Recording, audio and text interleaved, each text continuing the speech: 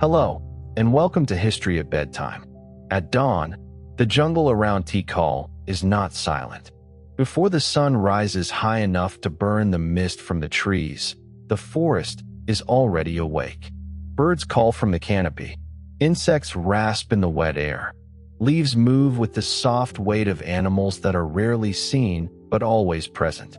The stone of the temples is still cool.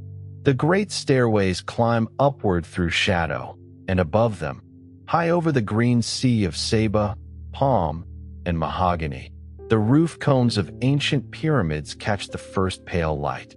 From the top of one of those temples, the world would not have looked empty. A person standing there in the classic period could have seen more than trees.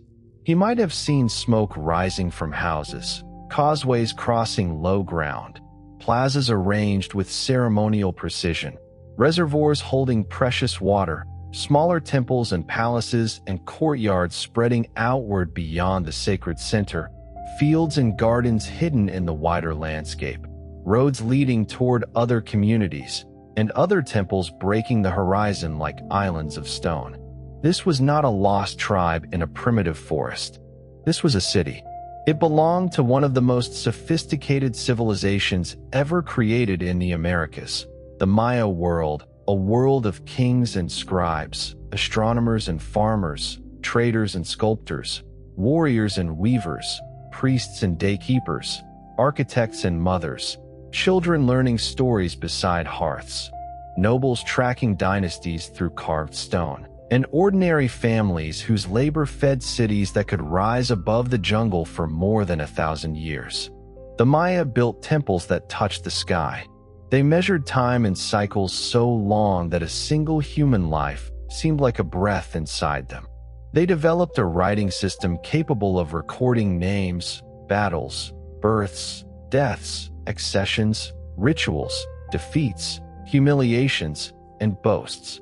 They watched Venus and the moon, counted days with mathematical elegance, used zero in a positional number system, built cities without draft animals or metal tools in the old world sense, and created political landscapes as complex as those of ancient Greece or Renaissance Italy. And yet, in popular imagination, the Maya have often been reduced to shadows. They are made into a mystery. They are turned into the people of the apocalypse that never was.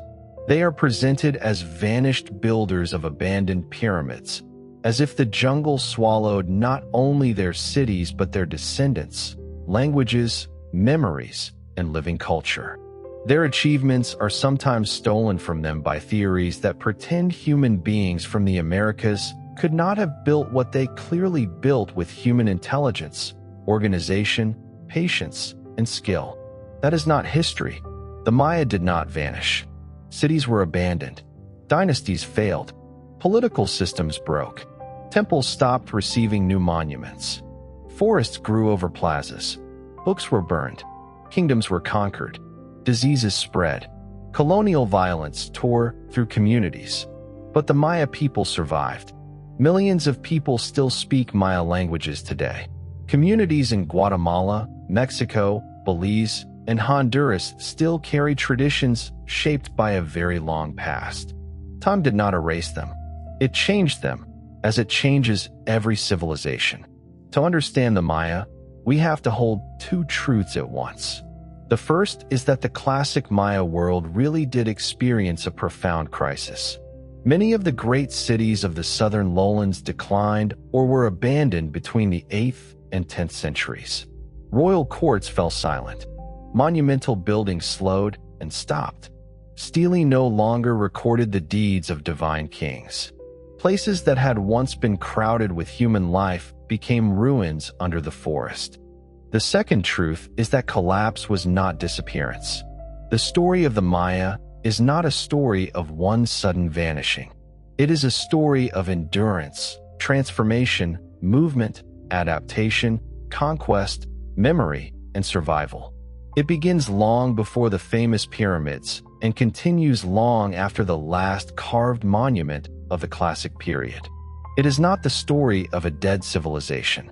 It is the story of a civilization whose ancient forms changed, whose cities rose and fell, whose books were nearly destroyed, and whose people remained. The Maya world occupied a varied landscape. It stretched across what is now southeastern Mexico, Guatemala, Belize, and parts of Honduras and El Salvador.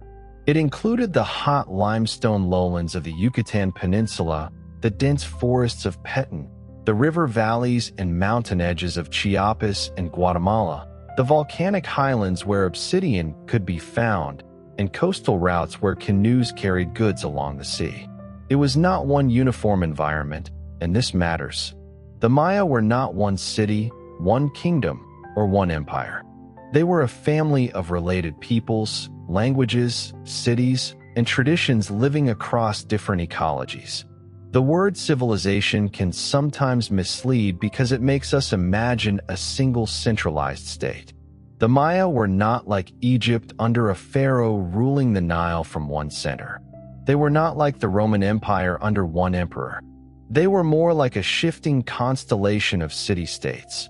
Tikal, Calakmul, Palenque, Copan, Yaxchilan, Calakmul, Dos Pilas, Quirigua, Bonampak, Uxmal, Chichen Itza, Mayapan, and many others. Each had its own rulers, dynastic ambitions, alliances, rivalries, gods, monuments, and memory. They fought, married, traded, imitated, threatened, and influenced one another. The Maya world was united not by one crown, but by shared patterns, shared calendars, shared religious ideas, shared architectural forms, shared writing, shared myths, shared elite culture, shared foods and rituals, shared ways of thinking about time, kingship, ancestors, sacrifice, maize, caves, mountains, water, sky, underworld, and the sacred obligations that tied human beings to forces beyond themselves. The foundation of that world was maize. Before there were great temples, before carved glyphs, before kings raised stelae to announce their victories, people in the region learned to live with cultivated plants. Maize, beans, squash, chili, cacao, cotton, avocado, and other crops formed the material basis of life. Maize mattered not only as food, but as identity. In later Maya mythology, humans were made from maize. That was not a decorative symbol.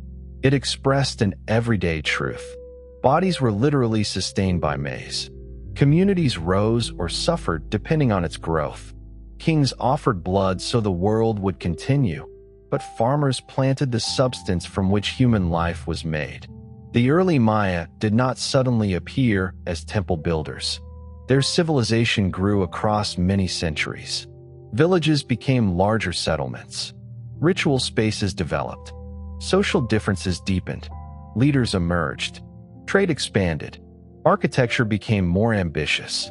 People learned to organize labor on a scale that turned earth, lime plaster, stone, wood, and human effort into platforms, pyramids, plazas, and causeways. The pre-classic period was the long foundation. It stretched from roughly 2000 BCE to 250 CE, though dates and regional phases vary. This was not a waiting room before the real Maya began.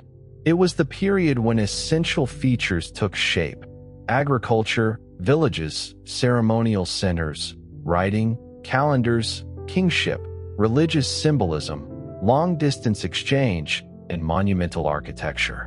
One of the great revelations of modern Maya archaeology is how impressive some pre-classic cities were. El Mirador, in northern Guatemala, changes the way one imagines the beginning of Maya civilization. Deep in the forest, long before the most famous classic period cities reached their height, people built massive complexes, causeways, platforms, and pyramids on a scale that still astonishes. The Danta complex at El Mirador is one of the largest pyramid constructions in the world by volume. It rose not from a simple beginning, but from an already complex society capable of planning, labor organization, food production, ritual authority, and political command. To stand before such a place, even in imagination, is to feel time lengthen. The classic period did not bloom from emptiness. It inherited an older achievement. By the time Tikal, Palenque, Copan, and Calakmul were carving their histories into stone, the Maya world had already been developing for millennia. Their calendar, their kingship, their gods, their architectural habits, their scribal traditions, and their sacred geography had deep roots. Writing is one of the clearest signs of that depth. The Maya writing system was one of the most extraordinary intellectual achievements of the ancient Americas. It was not a set of simple pictures. It was a complex writing system using signs that could represent words, syllables, sounds, titles, numbers, names, places, and ideas. A single inscription might combine images and phonetic elements in ways that required trained eyes to read. A scribe had to learn hundreds of signs and understand how they could shift depending on context. Maya writing could record history.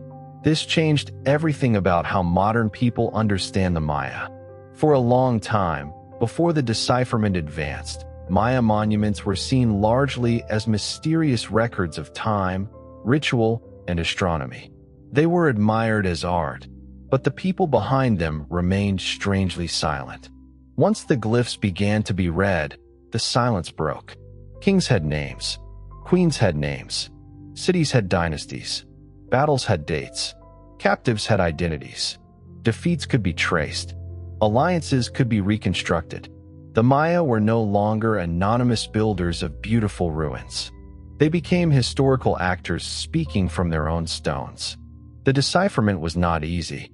It took generations of work, and it included mistakes, disagreements, resistance, and flashes of brilliance. Scholars eventually understood that Maya writing was partly phonetic, meaning that signs could represent sounds. That insight allowed inscriptions to be read not only as symbols, but as language. From that point, the stones opened more and more. The result was revolutionary. A temple stairway became a record of a royal family. A stela became a political statement. A carved lintel became an image of blood ritual, power, and dynastic legitimacy. A painted vase became a scene of courtly life, myth, or royal display. A date became an anchor in history. A name became a person. The Maya themselves had always known this. Writing was power. To write a king's name was to place him inside time. To carve a victory was to make it visible to gods, subjects, rivals, and descendants. To record a date in the long count was to tie a human event to a cosmic structure stretching back to the beginning of the current era. The written monument did not merely report the event. It made the event part of order. Time was one of the great Maya arts. The Maya did not think of time as a simple line from past to future. They counted it, layered it, cycled it, named it, ritualized it, and located human life inside it. They used more than one calendar because no single calendar could hold all the meanings that time carried.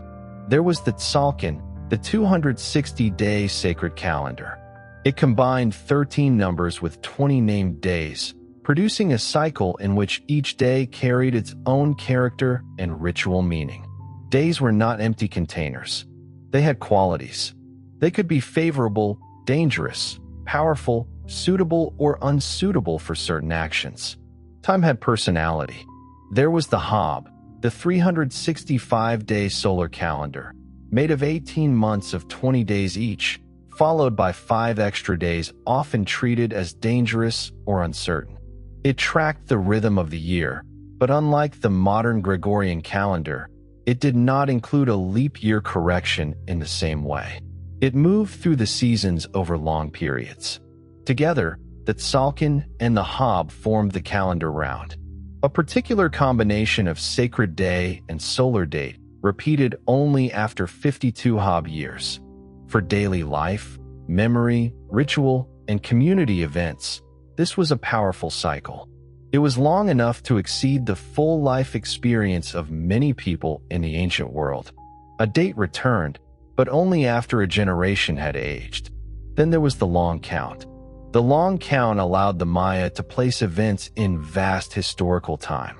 It counted days from a mythic creation date corresponding, in the most widely used correlation, to August 11th, 3114 BCE in the proleptic Gregorian calendar. Long count dates could stretch across centuries and millennia. They allowed rulers to say not only that an event happened on a certain day in a repeating cycle, but how many days had passed since the beginning of the current world era. This is the calendar modern popular culture misunderstood so dramatically in 2012. The completion of a cycle in the long count was turned by outsiders into a prophecy of apocalypse. The Maya did not predict the end of the world. The end of a cycle was not the end of time. It was the turning of a great measure, closer in spirit to the end of a millennium than to the destruction of the earth. Maya inscriptions even refer to dates beyond the famous 2012 turning, showing clearly that time continued. The misunderstanding says more about modern anxieties than about the Maya. People in the modern world took a sophisticated calendar and turned it into a doomsday fantasy, because apocalypse is one of the stories modern culture keeps wanting to tell. The Maya were made into prophets of a fear they did not create. Their mathematics and ritual timekeeping were reduced to a movie poster. The truth is better. The Maya were not waiting for the world to end in 2012. They had developed ways to measure, organize, and imagine time on a scale that still feels humbling. They counted days into deep past and future. They watched cycles of Venus, the moon, and the sun. They aligned architecture with celestial events. They understood recurrence and duration. They made time visible in stone. The mathematics behind this was remarkable. The Maya used a vigesimal, or base 20, number system. They wrote numbers with dots, bars, and a shell-like sign for 0. A dot represented 1. A bar represented 5. 0 was not merely a blank. It was a concept. It allowed place value notation. It made extended calculation possible. 0 is one of the great intellectual inventions of humanity. It is easy to take it for granted because modern people use it constantly. But to recognize nothing as a number, to hold absence inside a system of calculation, to use it positionally, to make it work in counting time across thousands of years, that is profound. The Maya developed this independently in the Americas. Their mathematics belongs beside the great mathematical achievements of any civilization. Their astronomy was observational, patient, and practical in the religious sense. The Maya did not possess telescopes. They did not need them to create careful naked-eye records of celestial cycles. They tracked Venus with extraordinary attention because Venus was not only a planet. It was a powerful celestial being associated with warfare, omen, timing, and ritual danger. The appearance of Venus as morning star or evening star mattered. Its cycles were watched, calculated, corrected, and recorded. The Dresden Codex, one of the few surviving pre-Columbian Maya books, preserves astronomical tables that reveal the sophistication of this tradition. The survival of that book is almost miraculous. Most Maya books were destroyed during the colonial period. To imagine shelves or bundles of bark paper books filled with histories, rituals, astronomical tables, genealogies, myths, and divinatory knowledge, and then to remember that almost all were burned, is to feel one of the great losses of world culture. The Maya made books. They were often made from bark paper, folded like screens, coated with a white surface, and painted with glyphs and images. Scribes used brushes and pigments. They wrote in black and red. They belonged to a literate elite, but their work preserved the knowledge of the courts and sacred specialists. A book was a portable world of time, number, myth, omen, and authority. The Spanish later saw many of these books as dangerous. They called them works of the devil. They burned them. They destroyed not only objects, but memory. The loss cannot be measured only by counting manuscripts. Each burned book may have contained histories that no stone preserved, astronomical records refined over centuries, local traditions, royal genealogies, medical knowledge, ritual knowledge, and stories that will never be heard again. The fact that anything survived is astonishing. The Dresden Codex, the Madrid Codex, the Paris Codex, the Grolier or Maya Codex of Mexico. A few damaged survivors standing in for an entire lost library. This makes every surviving glyph feel precious. The Maya calendar and writing system were not isolated intellectual games. They served society, religion, politics, farming, kingship, war, and memory. A ruler's accession was dated. A victory was dated. A period ending was celebrated. A ritual was performed at the proper time.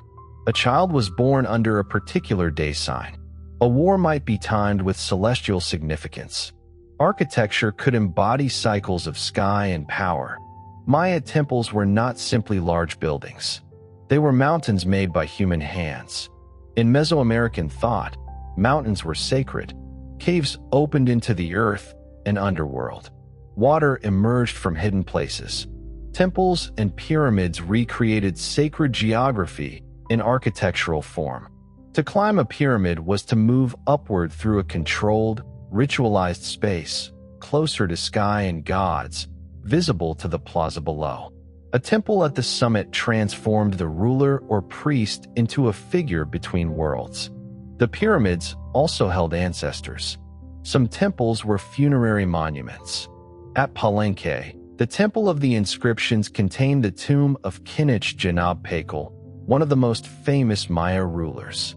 His sarcophagus lid became one of the most misunderstood artworks in the ancient Americas.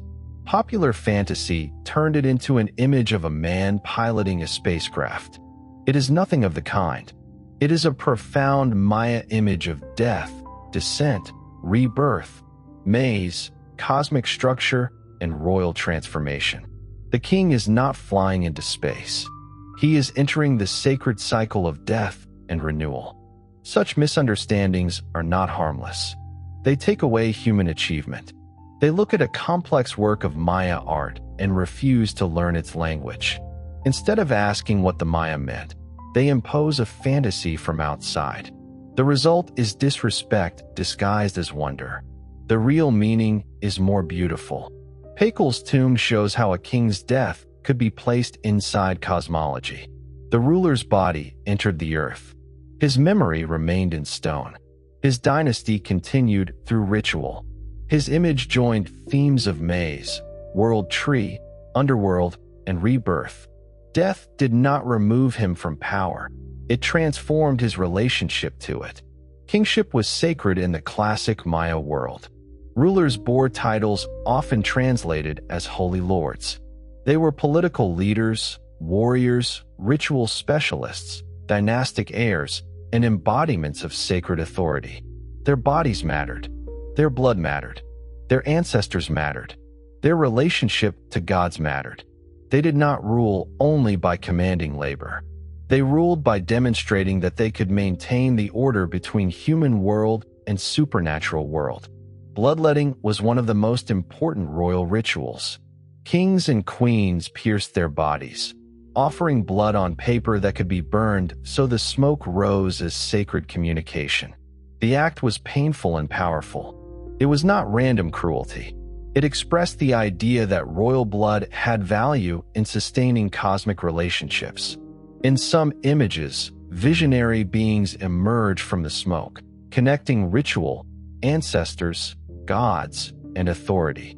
Human sacrifice also existed. It must be spoken about honestly, without sensationalism and without denial.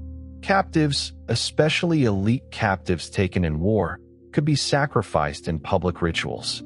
The display of captured rulers and nobles reinforced political power. Sacrifice tied warfare, religion, kingship, and cosmic order together. It was real, and it could be brutal. But reducing Maya civilization to sacrifice is a distortion. Every civilization contains violence. The Maya should not be defined only by their violence any more than ancient Rome should be defined only by crucifixion or medieval Europe only by execution and religious persecution. Maya civilization produced mathematics, writing, architecture, agriculture, astronomy, sculpture, painting, mythology, trade, urbanism, and centuries of political history. Sacrifice belonged to that world, but it was not the whole of that world. War was central to classic Maya politics. For a long time, older scholarship imagined the classic Maya as unusually peaceful priest astronomers living in ceremonial centers. The decipherment overturned that picture. The inscriptions speak of capture, defeat, domination, alliance, and rivalry. Kings took captives and displayed them. Cities fought. Dynasties rose and fell through war. Smaller cities were drawn into the struggles of larger powers. Two great rivals shaped much of the classic lowland world, Tikal and Calakmul. Tikal, in northern Guatemala, was one of the great powers of the Maya world. Calakmul, in what is now Campeche, Mexico, was the center of the so-called Snake Kingdom, a formidable political network whose influence reached across many cities. Their rivalry was not a single battle but a long contest involving allies, proxy wars, marriage diplomacy, humiliation, revenge, and shifting balance. In 562 CE, Tikal suffered a major defeat associated with Calakmul's sphere of power. Its political dominance diminished for more than a century. Later, Tikal revived and reasserted itself. This is not the story of static temples in a silent jungle. It is the story of ambitious courts behaving with all the strategy, pride, calculation, and danger seen in any world of competing states. The Maya political landscape was alive. A noble married into another city. A captive was displayed. A ruler was installed. A monument announced a victory. A rival's defeat was omitted in one city and celebrated in another. A dynasty linked itself to ancestors. A child inherited a dangerous throne. A royal woman acted as regent, mother of kings, alliance maker, or political force. Power moved through families as much as armies. Women mattered in Maya history. Elite women appear in inscriptions and art in roles of ritual, dynastic continuity, marriage alliance, and sometimes direct rule or regency. Queens could perform bloodletting rituals. Royal mothers could legitimize succession. Marriage between ruling houses could shift alliances. A princess sent from one city to another did not simply disappear into domestic life. She could carry status, memory, and political meaning. Ordinary women mattered too, though the stones speak less often of them. They made food, raised children, wove cloth, maintained households, participated in local ritual, traded in markets, worked gardens, carried knowledge across generations, and kept communities alive. Civilizations are often remembered by kings, but they are sustained by people whose names are not carved into monuments. Maya cities depended on such people. A pyramid looks like the work of kings, but its existence required farmers, quarry workers, lime burners, plasterers, haulers, water carriers, cooks, toolmakers, forest managers, and administrators. Limestone had to be cut. Lime plaster required burning large amounts of wood. Food had to be grown for laborers. Water had to be stored. Construction had to be organized. The ruler commanded, but the city's body did the work. The Maya built without wheeled transport for heavy loads and without large draft animals. This fact makes their architecture more impressive, not mysterious. Stone moved because people moved it. Plaster covered surfaces because people made it. Roads were built because labor could be summoned and organized. The absence of old world technologies did not mean absence of intelligence. It meant different solutions in a different environment. The environment was challenging. The southern lowlands did not have great rivers like the Nile or Euphrates running through every city. Rainfall could be seasonal. Limestone landscapes could make surface water scarce.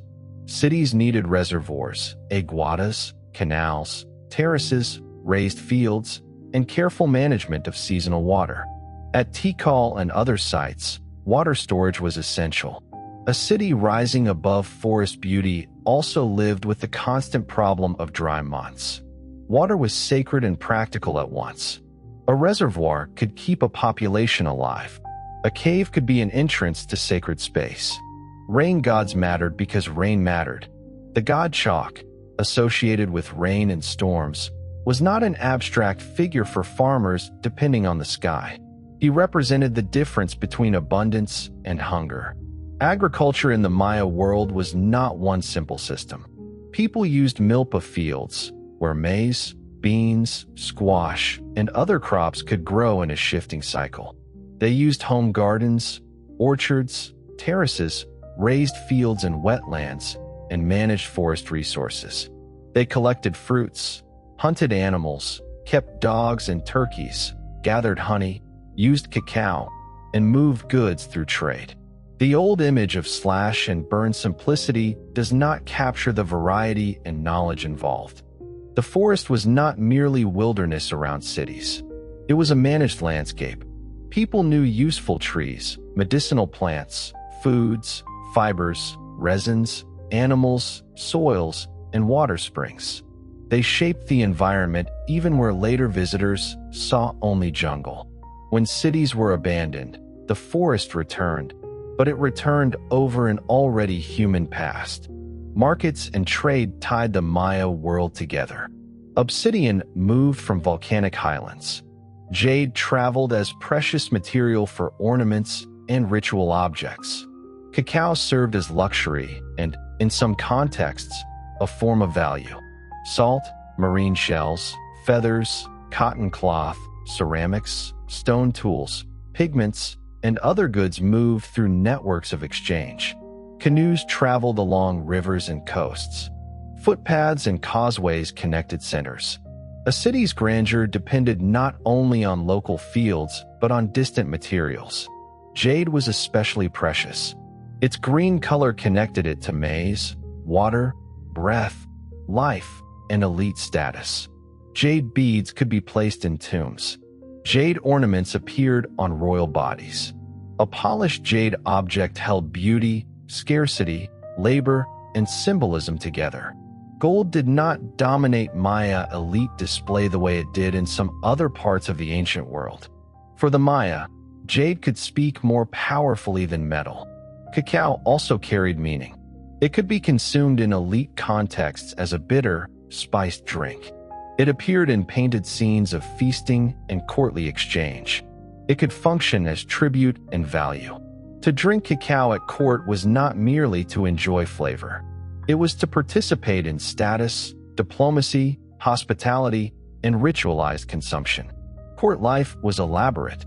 Painted vessels show nobles seated on cushions, scribes at work, attendants serving food and drink, musicians performing, tribute being presented, captives displayed, and lords wearing elaborate headdresses. The court was a place of performance. Clothing, posture, speech, gifts, and ritual actions all mattered. A ruler had to be seen as a ruler. Authority had to be staged. Maya art captured this with extraordinary precision. Carved stelae show rulers in elaborate costume, standing before subjects and gods, holding bars of office, wearing headdresses heavy with feathers and sacred imagery. Sculpted panels show captives bent in humiliation. Painted murals at Bonampak reveal court ceremony, battle, and sacrifice in vivid color. The colors remind us that ancient ruins were not originally pale stone. They were painted bright, alive with red, blue, yellow, green, black, and white. The famous Maya blue pigment has survived with unusual durability. It combined organic indigo dye with a clay mineral in a way that produced a brilliant blue resistant to time and weather. It appeared in murals, ceramics, and ritual contexts. The color itself feels like a small miracle of chemistry and craft. sky, water, and sacred presence fixed onto walls and objects. The ball game belonged to this world of spectacle, ritual, and myth. Across Mesoamerica, the ball game was played in courts with sloping or vertical walls, using a heavy rubber ball. In many forms, players struck the ball with hips or other parts of the body rather than hands. The game was sport, performance, political theater, and sacred reenactment. It was tied to ideas of movement between worlds, conflict, fertility, death, and renewal. The Popol Vuh, the great Kitsch Maya text written down after the Spanish conquest but preserving older mythology, gives the ball game cosmic significance. The hero twins, Hunahpu and Palenque, descend into the underworld, face the lords of death, endure trials, use wit and skill, and ultimately triumph. The story is playful, dark, clever, violent, and profound. It explains not only a game but a way of thinking about death, resurrection, trickery, and cosmic renewal. The Popol Vuh is one of the great works of world literature. It tells of creation attempts before humans are made successfully from maize. It tells of proud beings brought low, of underworld lords deceived, of twins whose father and uncle were defeated before them, of bones, sacrifice, transformation, and the making of the sun and moon. It shows a Maya imagination in which humor and terror can stand close together. The sacred is not bland. It is dramatic, dangerous, and alive. The Spanish conquest almost prevented texts like this from surviving. But Maya authors adapted. They learned alphabetic writing and used it to preserve their own traditions. This was not passive survival. It was cultural strategy.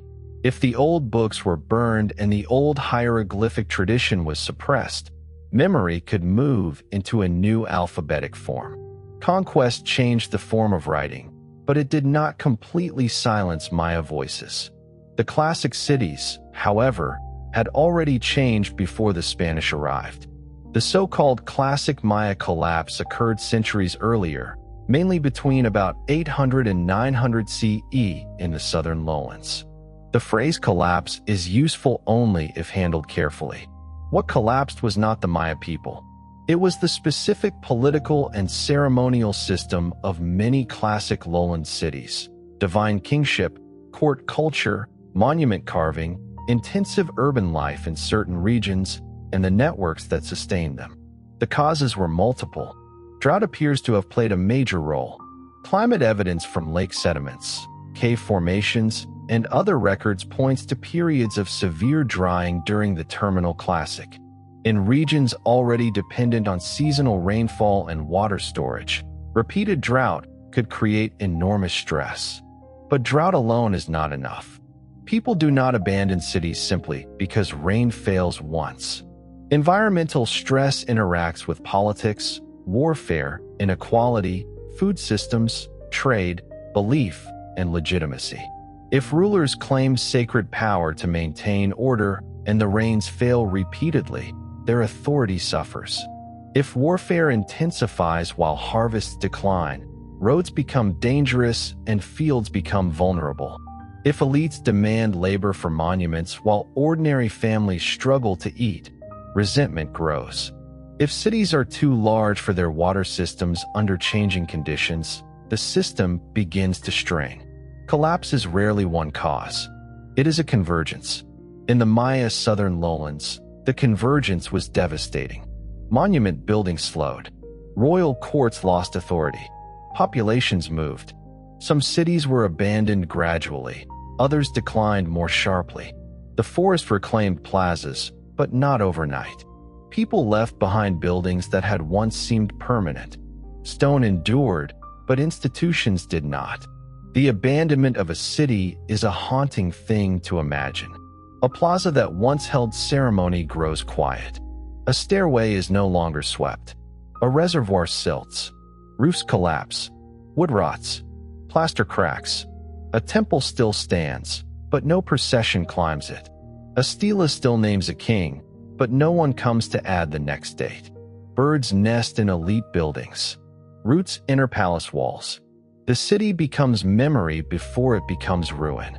Yet while southern lowland cities declined, other Maya regions continued. The northern Yucatan did not simply vanish. Chichen Itza rose as a major power in the terminal Classic and post-Classic periods, with architecture showing connections to broader Mesoamerican styles. Uxmal and other Puc cities flourished. Later, Mayapan became important. Coastal trade expanded. The Maya world changed its centers of gravity. This is why the word vanished is so wrong. If one looks only at Tikal or Copan after their royal monuments stopped, one sees abandonment. If one looks across the wider Maya world, one sees transformation. People moved. Political forms changed. Power shifted northward. Trade continued. Communities persisted. Languages continued. Rituals adapted. Then came the Spanish. The conquest of the Maya world was not quick. Unlike the Aztec Empire, which had a central imperial structure that the Spanish could attack and manipulate, the Maya world was politically fragmented. Many Maya states, towns, and communities resisted separately. Conquest in Yucatan, Guatemala, and the broader Maya region took generations. Some independent Maya polities held out far longer than many people realize. The last independent Maya kingdom, Najpatan of the Itza, fell to the Spanish in 1697. That date matters. It means that independent Maya political life continued for more than a century and a half after the first Spanish campaigns. The Maya did not simply fall in a single dramatic conquest. They resisted, retreated, negotiated, rebelled, adapted, and survived under enormous pressure. Colonial violence was severe. Disease devastated populations. Forced labor, tribute demands, religious persecution, land seizure, resettlement, and efforts to suppress Maya religion and writing transformed life. The burning of books under Diego de Landa remains one of the most painful symbols of this violence. Yet, even Landa, destroyer of Maya books, recorded information that later helped scholars study Maya culture and writing. History often preserves knowledge through morally compromised hands. The Maya continued.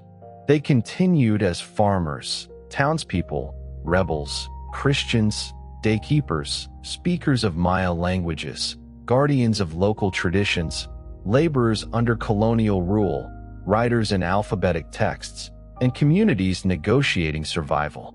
They absorbed some foreign forms and preserved older ones. They changed names, calendars, rituals, and political identities while keeping threads of continuity alive. The caste war of Yucatan in the 19th century showed that Maya resistance did not end with the colonial period. Maya communities rose against oppressive systems of land, labor, race, and power. Independent or semi-independent Maya regions persisted for decades. Sacred speaking crosses, local religious movements, and armed resistance made clear that Maya identity was not a museum relic. It was a living political and spiritual force. In Guatemala, Maya communities endured centuries of exploitation and, in the 20th century, terrible violence during the Civil War, including atrocities that targeted indigenous communities. This too belongs to the long history of survival. To speak of the Maya as vanished is not merely inaccurate. It erases people who have continued to live, suffer, resist, create, and remember. Today, millions of Maya people live across the region and beyond. They speak languages such as Kich, Yucatec Maya, Caxical, Mam, Keki, Tzotzil, Celtal, Cole, and many others. They participate in modern economies, politics, education, art, scholarship, activism, and community life. Some maintain calendrical traditions through daykeepers. Some revive or teach languages. Some work in archaeology, anthropology, epigraphy, and cultural preservation. Some live far from ancient ruins, but carry identities older than the states that now govern the region. The Maya are not only ancestors. They are present.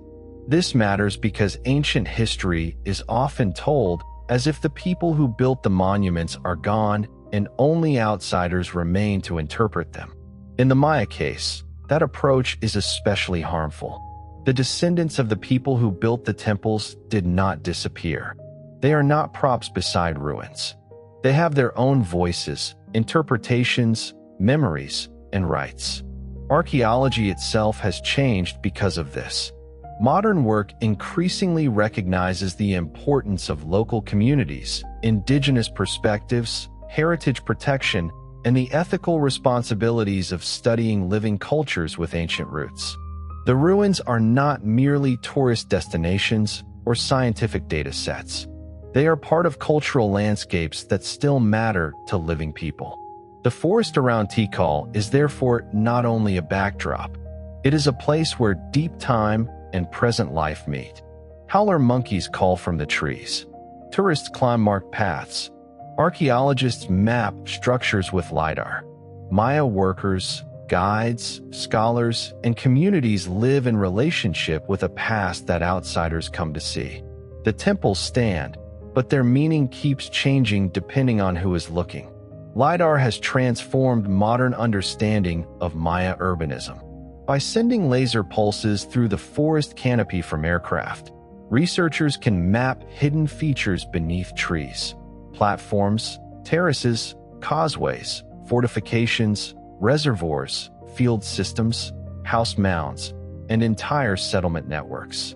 The results have shown that many Maya landscapes were more densely modified and more extensively urbanized than earlier surface impressions suggested. The jungle, from above, becomes transparent enough to reveal the old human pattern beneath it. This has changed the feeling of the ancient cities. Tikal is not only a cluster of spectacular temples, it is part of a vast inhabited landscape. The same is true across many areas of the lowlands. Ancient Maya cities were not isolated ceremonial centers rising from untouched wilderness. They were hubs within dense and managed territories. People lived around them in large numbers.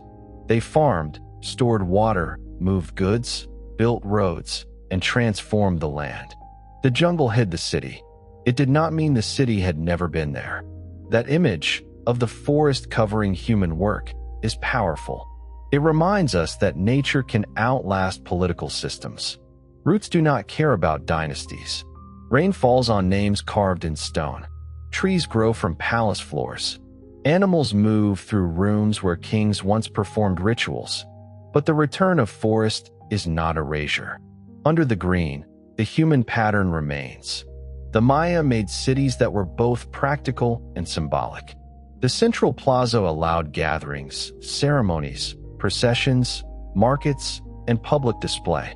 Temples framed space. Palaces housed elite life and administration. Ball courts staged ritual competition. Causeways connected important areas. Reservoirs and water systems supported survival. Stele stood as public memory. The layout of a city was not random. It organized power, movement, sight, sound, and sacred orientation. To enter a classic Maya plaza would have been an experience of scale and sound.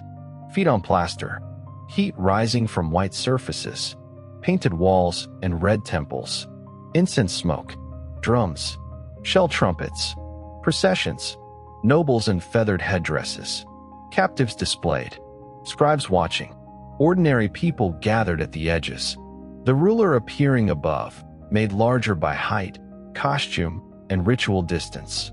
The city turning its attention toward one body. That body was not simply a man. It was the office of sacred kingship made visible. The king's costume could transform him. He might wear jade, shell, feathers, textiles, masks, and symbols that connected him to gods and ancestors. A headdress could be taller than the head beneath it. The visual effect was deliberate. The ruler became more than ordinary human scale. He carried the city's identity and cosmic obligation. But the king was still mortal. He could be captured. He could be defeated. He could die. His dynasty could fail. A monument could proclaim divine power one century, and stand in abandoned silence the next.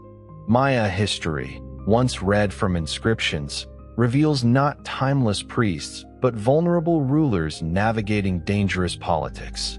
This makes the civilization more interesting, not less. A civilization of perfect astronomer priests would be less human. The real Maya world had ambition, fear, diplomacy, rivalry, mathematics, art, cruelty, tenderness, devotion, hunger, beauty, and political disaster. It was a world made by people, and people are never simple. The scribes knew this. A Maya scribe was not merely a recorder.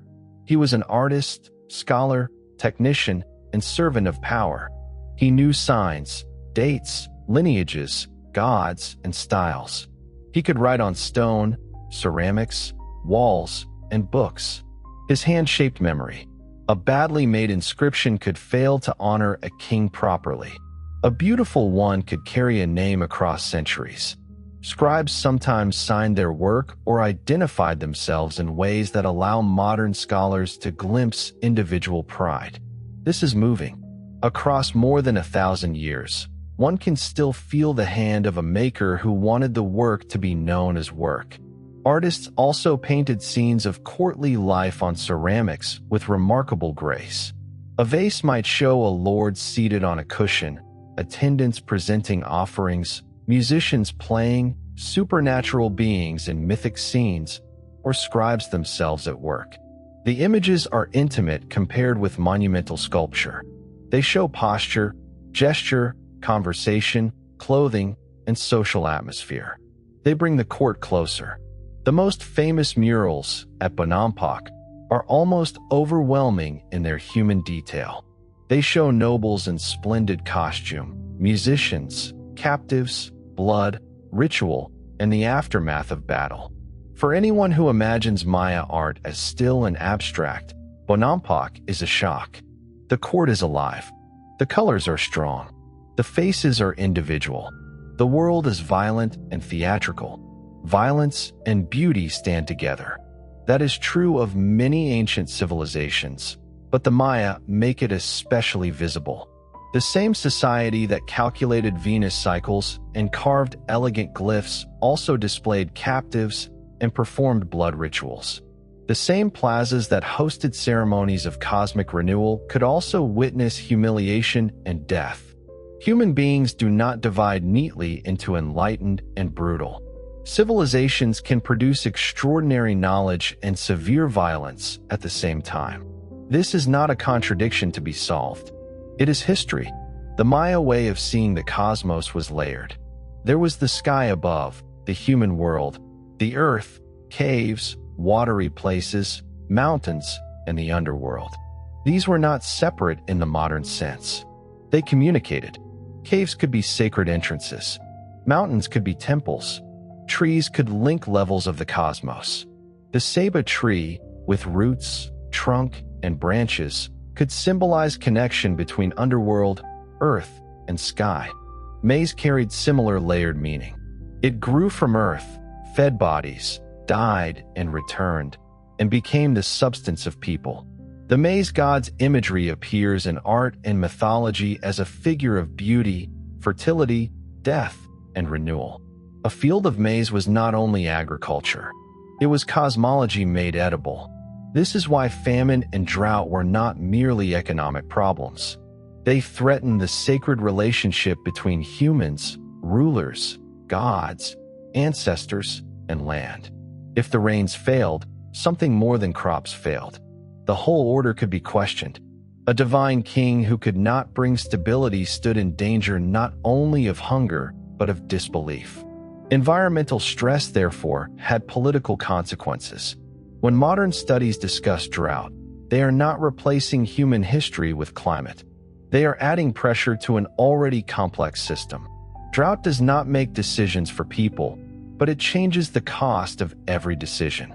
It turns rivalry into danger, bad leadership into crisis, inequality into anger, and water management into survival. The southern lowlands were especially vulnerable because large populations depended on seasonal rainfall and stored water. Reservoirs could work beautifully under expected conditions. Under repeated severe drought, they could become strained. A city that had grown successful under one climate pattern could suffer under another. The lesson is not that the Maya failed because they were foolish. The lesson is that even sophisticated systems can become fragile when environmental stress, political competition, social demands, and belief systems collide. This is a human lesson, not only a Maya one. Every civilization builds within limits it does not fully control. Water, soil, forest, trade, disease, trust, legitimacy, food, labor, climate. If the balance shifts slowly, people adapt. If several pressures strike together, systems can unravel. The Maya adapted for centuries. Their decline in some regions came after long success, not primitive incompetence. They sustained dense populations in challenging environments through knowledge, management, and social organization. The crisis of the classic cities should be understood as the failure of a complex system under pressure, not as proof that the system had never been impressive.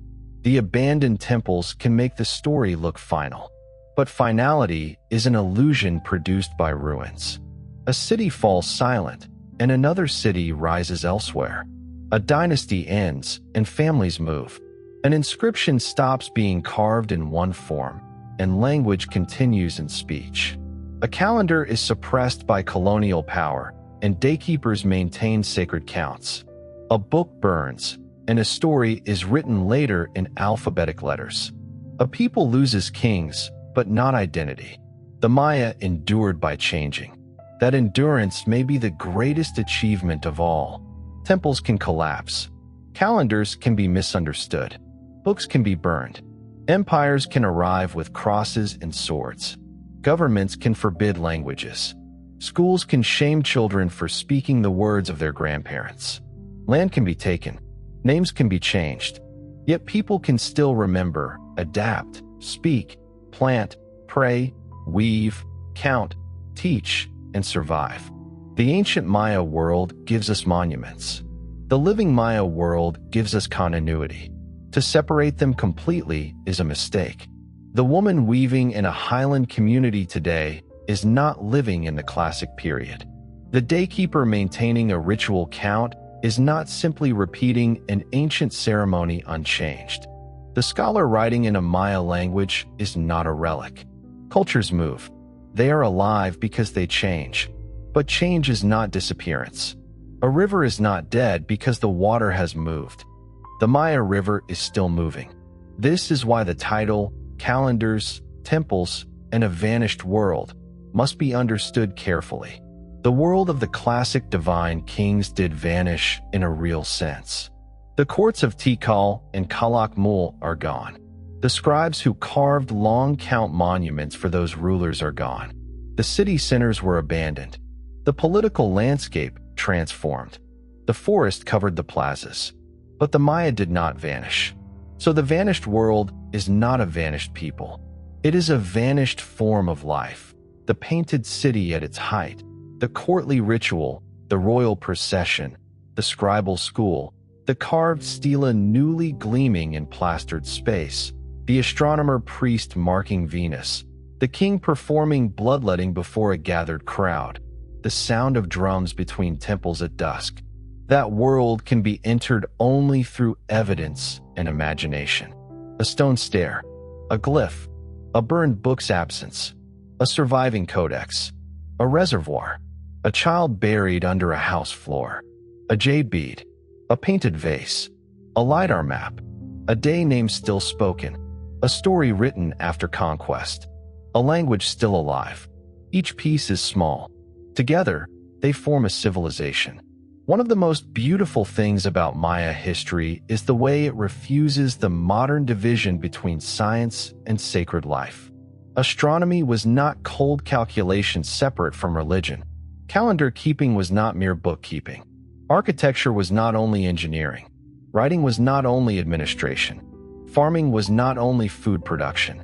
These activities were tied together in a worldview where time, gods, rulers, ancestors, maize, Venus, rain, and human action belong to one patterned universe. This does not make Maya knowledge less scientific. Careful observation remains careful observation whether it is performed for ritual reasons or not. The Venus tables work because people watched the sky, counted days, recognized error, and corrected cycles. The calendar works because mathematics works. Buildings align because builders knew where the sun or Venus would appear. Sacred motivation does not cancel intellectual achievement. Modern people often make the mistake of thinking that knowledge becomes real only when it is secular. The Maya show otherwise. They measured the sky because the sky mattered spiritually and politically. They counted time because time was sacred and practical. They built temples because architecture could organize ritual, power, memory, and observation. They wrote histories because kings needed legitimacy and because events had to be placed within cosmic order. Their intellectual life was not separate from their religious life. It was one of its expressions. That unity gave Maya civilization some of its beauty. It may also have made crisis more dangerous. When political authority, rainfall, ritual success, agricultural abundance, and cosmic order are tied together, repeated failure can damage belief itself. A drought is never only drought. A lost war is never only war. A dead king is never only a succession problem. Everything echoes. The same interconnectedness that gives a civilization meaning can make it vulnerable when the pattern breaks. This is another reason the Maya story still speaks. It is not about a strange people who mysteriously disappeared. It is about the fragility of systems that seem permanent, the power of knowledge built over centuries, the danger of environmental stress, the resilience of communities after political collapse, and the way outsiders can misunderstand what they do not take the time to learn. To walk through Tikal today is to walk through both grandeur and absence. Temple 1 and Temple 2 face one another across the Great Plaza. The steps rise steeply. Steely stand. The Acropolis complexes hold layered histories of rebuilding. The forest presses close. Sounds carry strangely. A tourist sees ruins. An archaeologist sees phases of construction, dynastic history, ritual space, water systems, and political statements. A Maya person may see heritage, wound, pride, and continuity. The stones do not mean only one thing. At Palenque, the setting changes. Mist and mountain edges give the city a different mood. Water moves through the site. Palaces, towers, inscriptions, and Pakal's tomb create an atmosphere of refinement and mystery, though mystery here should mean depth, not ignorance. Palenque's inscriptions are among the richest in the Maya world. Its rulers spoke in stone with unusual historical and theological sophistication. At Copan, sculpture dominates memory. Faces, figures, altars, and the hieroglyphic stairway make the city feel like a carved book. The stairway, with its long inscription, records dynastic history in a form that is both architecture and text. A staircase becomes a document. To climb would be to move physically across history, step by step. At Chichen Itza, the post-classic world comes into view. The pyramid called El Castillo, the ball court, the feathered serpent imagery, the cenote, and the mixture of Maya and broader Mesoamerican elements reveal a different phase of Maya history. Chichen Itza reminds us that Maya civilization did not end when southern lowland cities declined. It changed, connected, borrowed, transformed, and continued to create powerful centers. Cenotes mattered deeply in the northern Yucatan. Because surface rivers are rare in much of the peninsula, these natural sinkholes provided access to water. They were also sacred. The sacred cenote at Chichen Itza received offerings and human remains, evidence of ritual activity connected to water, gods, and power. In a limestone landscape, an opening into water is not just a spring. It is a portal. Geography shaped religion because geography shaped survival. This is true everywhere, but in the Maya world it is especially visible. Rain gods matter where rain determines maize. Caves matter where water emerges from hidden places. Mountains matter where temples imitate sacred peaks. Celestial cycles matter where rulers bind time to legitimacy. The environment enters the imagination, and the imagination returns to shape the environment. Maya architecture also shaped sound and movement. Plazas could hold crowds. Stairs controlled ascent. Elevated temples made rituals visible. Causeways directed processions. Courtyards created more intimate elite spaces. Ball courts framed performance. The city taught people where to stand, where to look, when to gather, and who could approach the sacred center. Urban life was therefore choreographed. A commoner might enter the central plaza during major ceremonies, but not elite interiors. A noble could move through courtly spaces with more freedom. A ruler appeared above the crowd. Captives appeared below, displayed in submission. Distance and height made hierarchy visible. The city itself performed society. Homes formed another side of the Maya world. Most people did not live in temples. They lived in household compounds, often with perishable superstructures built on low platforms. Families cooked, slept, stored tools, raised children, honored ancestors, gardened, produced crafts, and participated in local community life. A house was not only shelter. It was lineage, memory, work, and ritual. Ancestors could be buried near or beneath homes. This kept the dead close to the living. A family's place in the landscape was not only economic, but ancestral. To live in a house compound was to live with layers of family presence. The great monuments remembered kings, but households remembered their own dead in quieter ways. Food connected all levels of society. Maize tortillas or tamales, beans, squash, chili, cacao for elites or special occasions, fruits, game, fish were available, turkey, dog, honey, and gathered plants all formed part of life. Cooking smoke, grinding stones, storage vessels, and hearths were as central to civilization as temples. The sound of maize being ground may have been one of the daily rhythms of Maya life. Women's labor around food was fundamental. Grinding maize is hard work. Preparing meals for households, workers, rituals, and guests required skill and time. Textile production also required enormous labor. Cotton had to be grown, spun, dyed, and woven. Cloth was wealth, identity, tribute, and daily necessity.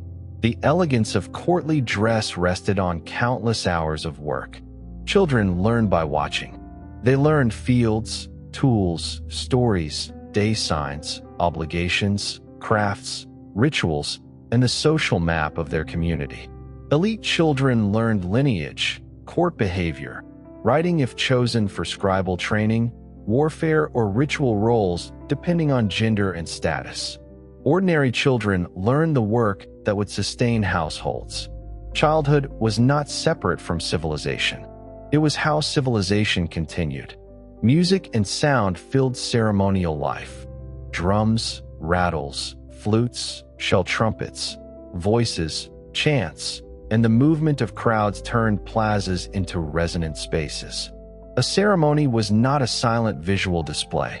It was heard in the body. Sound made power felt.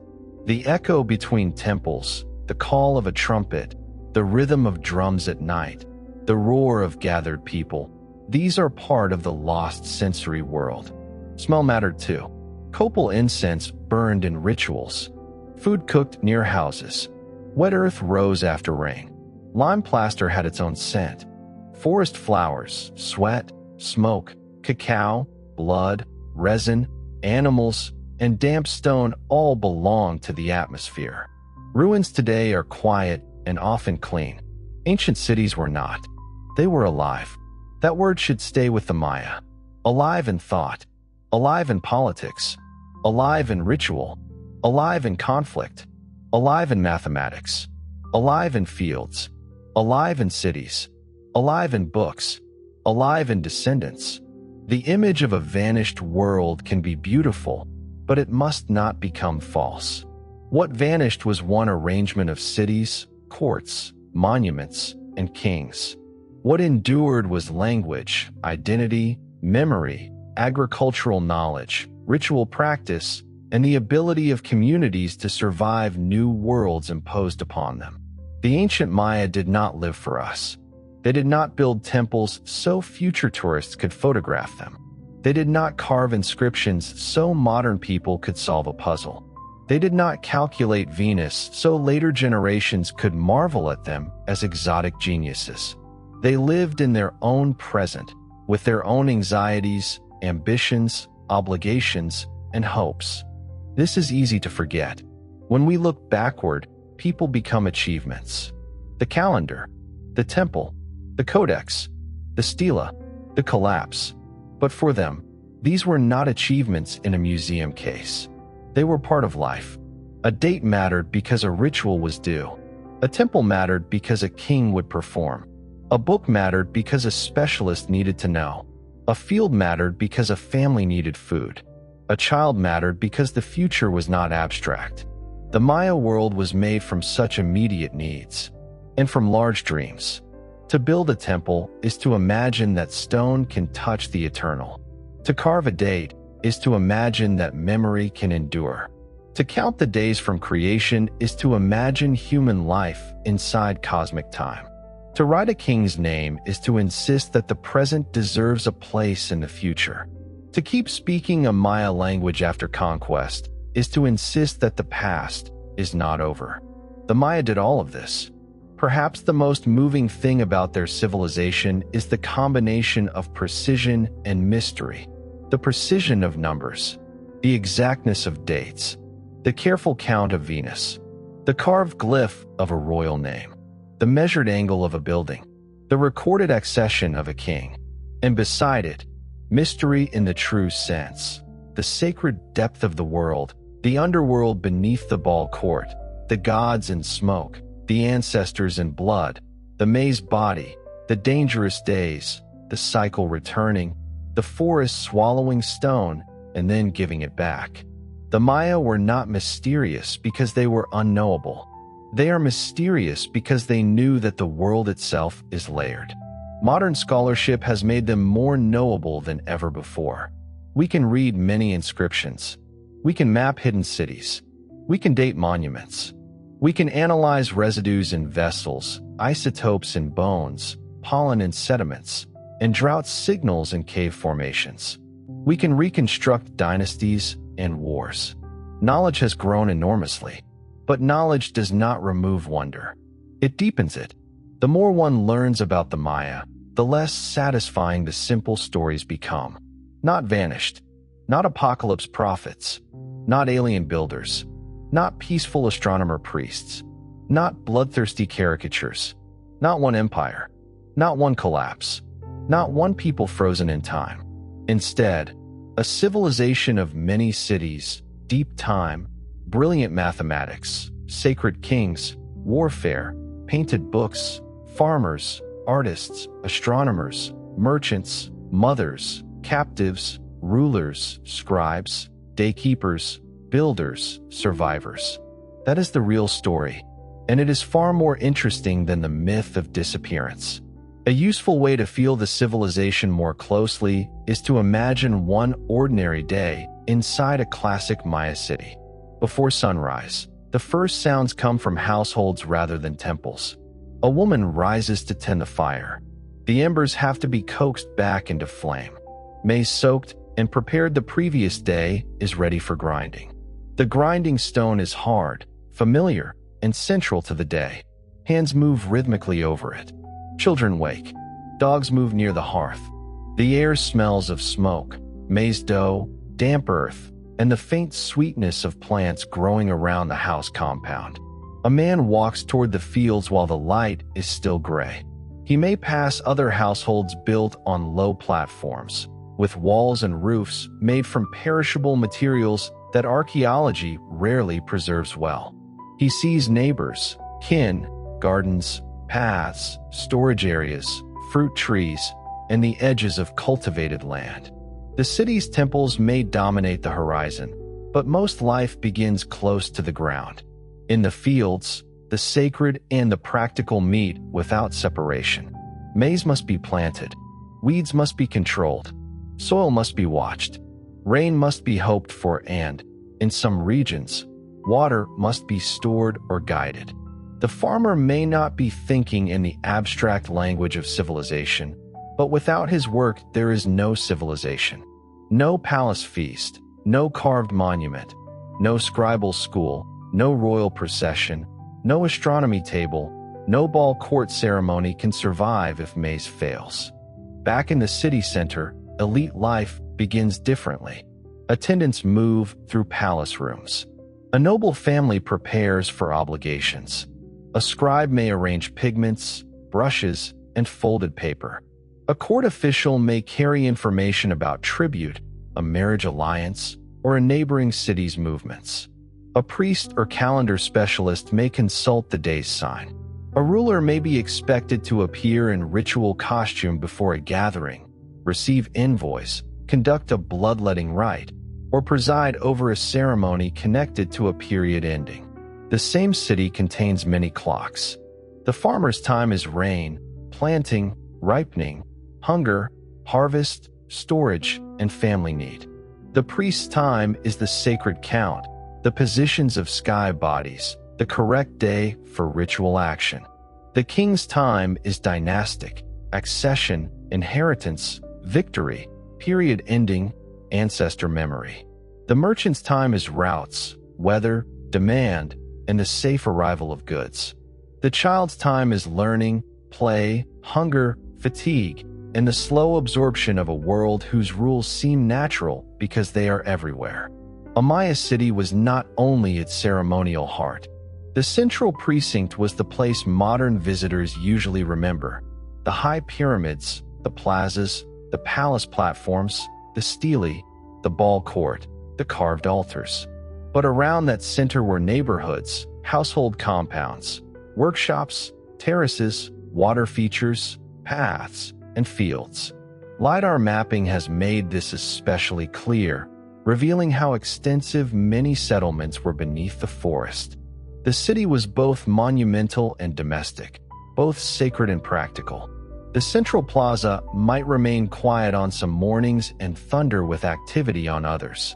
On a ritual day, people could gather in large numbers. They might come from surrounding households and smaller settlements, drawn by obligation, curiosity, devotion, fear, celebration, or the need to witness power. A public ceremony was not simply entertainment. It taught the social order.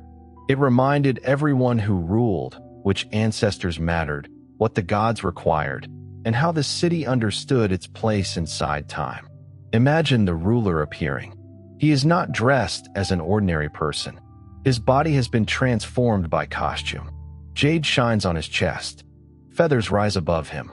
Shell, bone, textile, paint, and sacred objects make him both human and more than human. The crowd sees a person, but also an office, a lineage, and a connection to forces beyond daily life. The ruler's performance says, the city is ordered, the ancestors are present, the gods are addressed, the calendar is known, and the people stand within a meaningful world. This is why royal failure could be dangerous.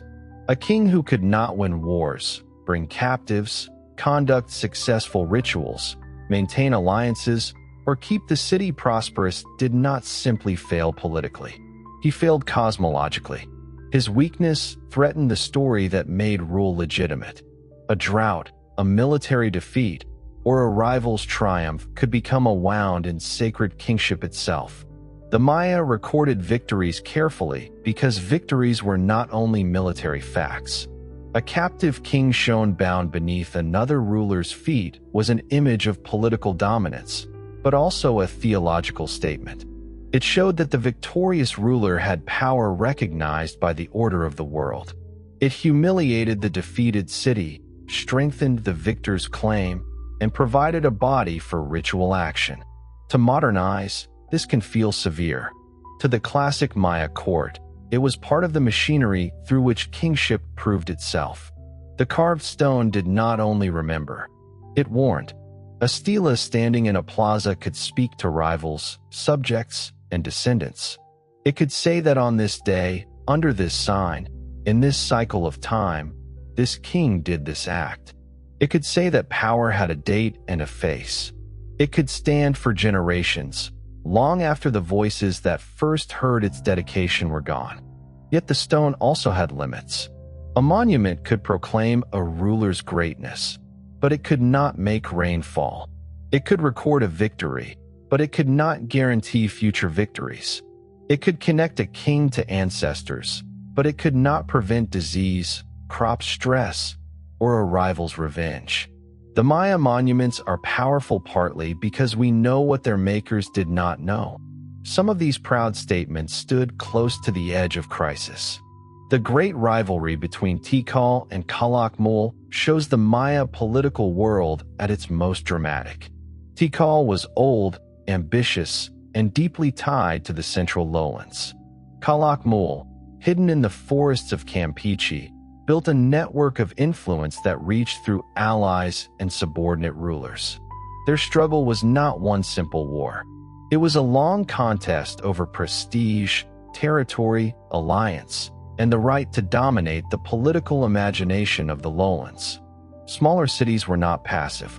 They chose sides, shifted loyalties, suffered consequences, and sometimes used the rivalry to advance their own interests. Dos Pilas, Caracol, Naranjo, Yaxcalan, Piedras Negras, and many others moved within this field of pressure.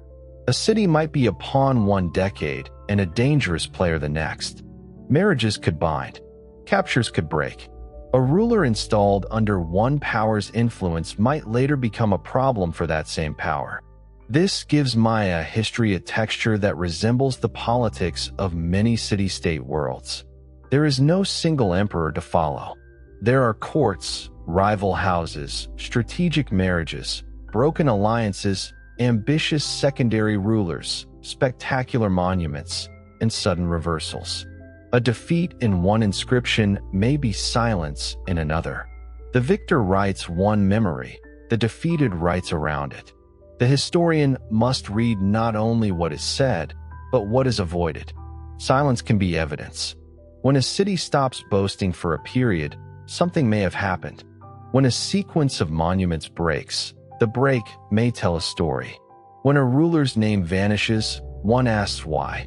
When an ally suddenly appears in another city's orbit, political force may be visible behind ritual language.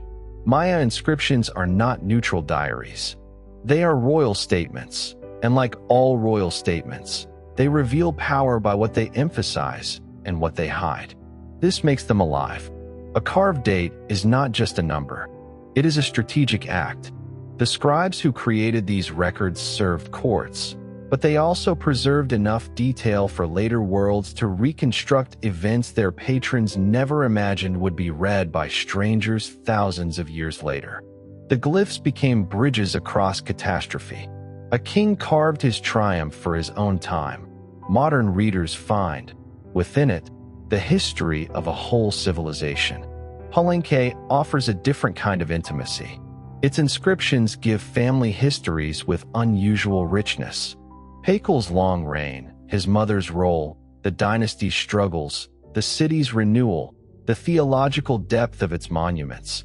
These make Palenque feel like a place where politics and metaphysics were woven especially tightly. The palace, with its tower and courtyards, suggests elite life arranged around ceremony, governance, observation, and display. The temple of the inscriptions descends into the earth, where the king's body rested beneath a mountain of stone and meaning. Pakal's tomb is one of the great archaeological discoveries of the Americas. For years, the temple above seemed like many others. Then a hidden stairway was found, descending through the pyramid into the burial chamber. At the bottom lay the sarcophagus, the carved lid, the rich offerings, the body of the ruler. The pyramid was not only a platform for a temple, it was a royal mountain built over death. The discovery changed modern understanding because it showed how deeply architecture and burial could combine. A temple could be a tomb. A tomb could be a cosmic diagram. A king could be placed physically inside the structure that proclaimed his transformation. The living climbed above him. The dead remained beneath them.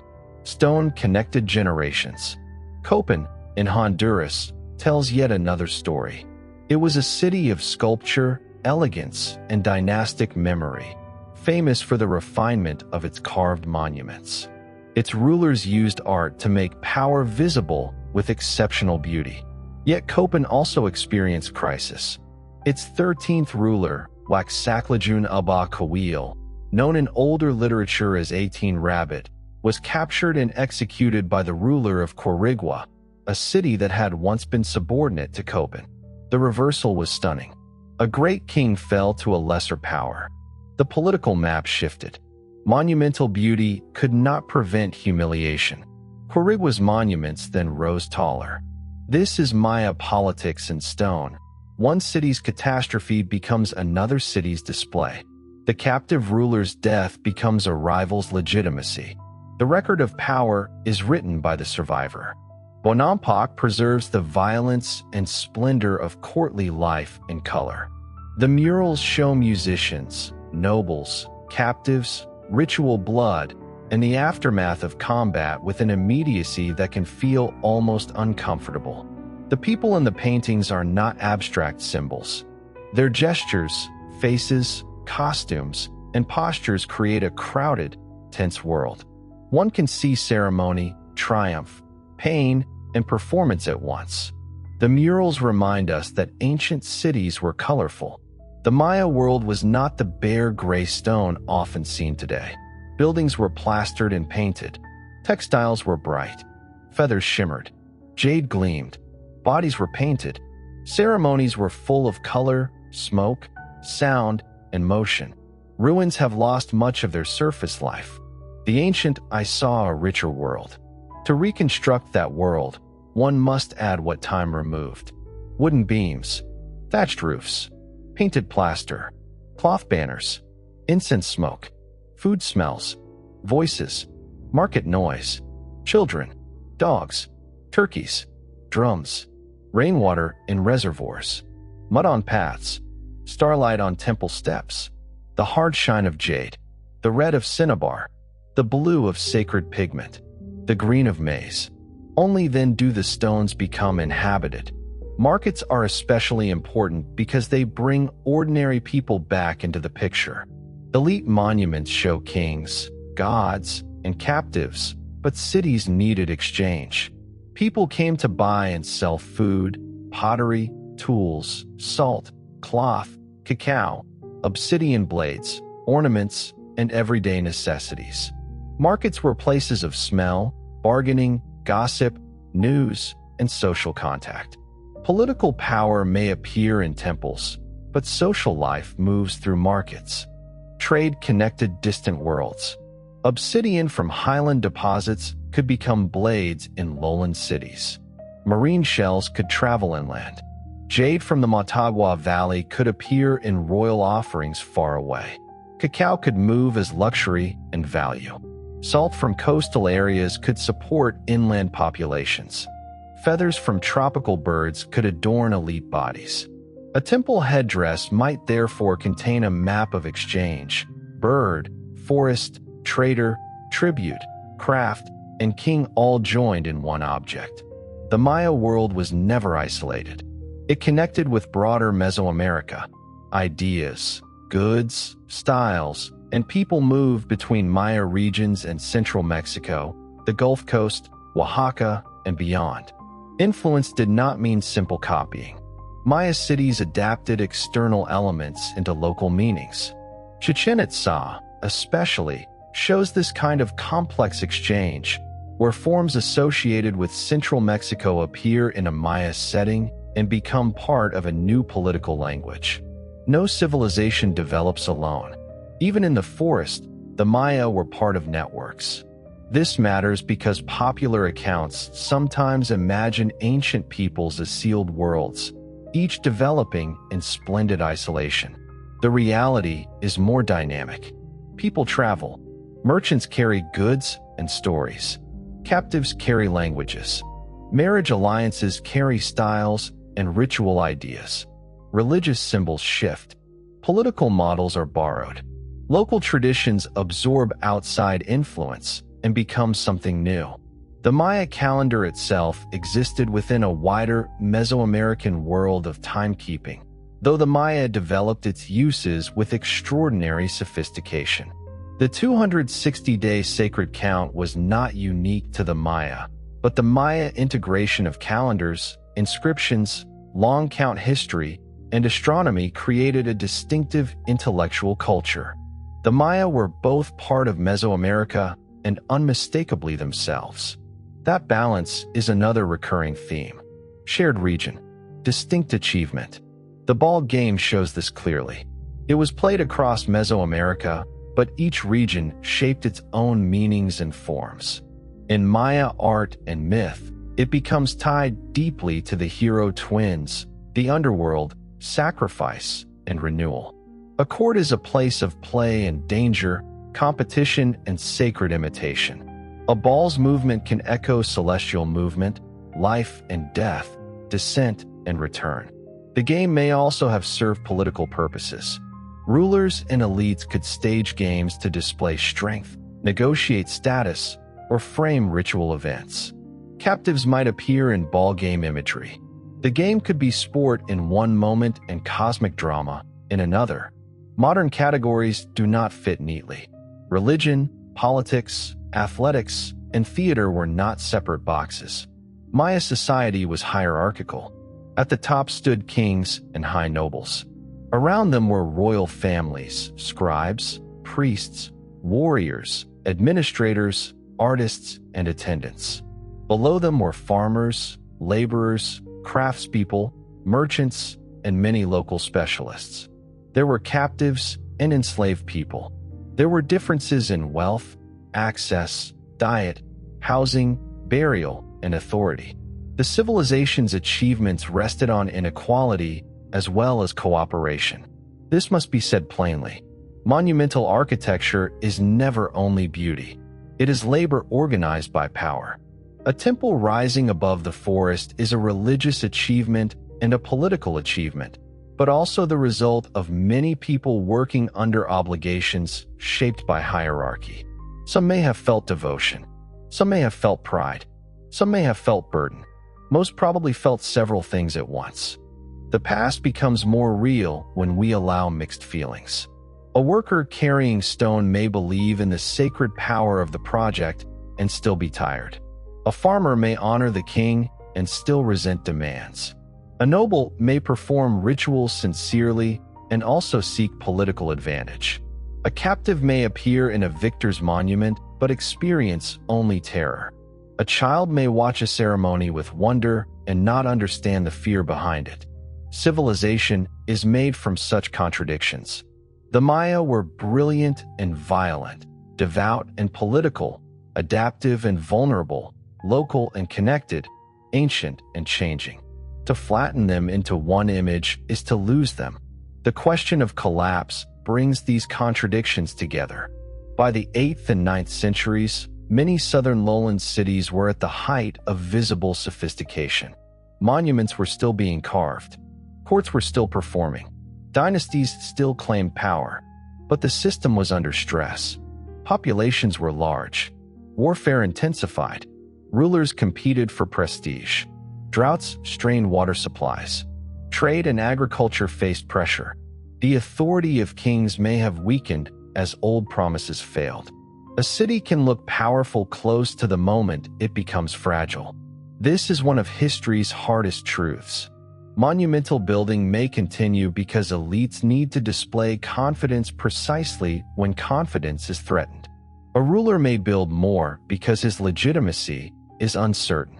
A city may stage grand ceremonies because the system underneath is shaking. The appearance of strength can sometimes be a symptom of fear. We cannot know every local experience. At one city, drought may have been decisive. At another, warfare. At another, dynastic collapse. At another, trade disruption. At another, loss of faith in a ruling house. People may have left gradually, household by household, or suddenly after violence. Some may have moved to smaller settlements.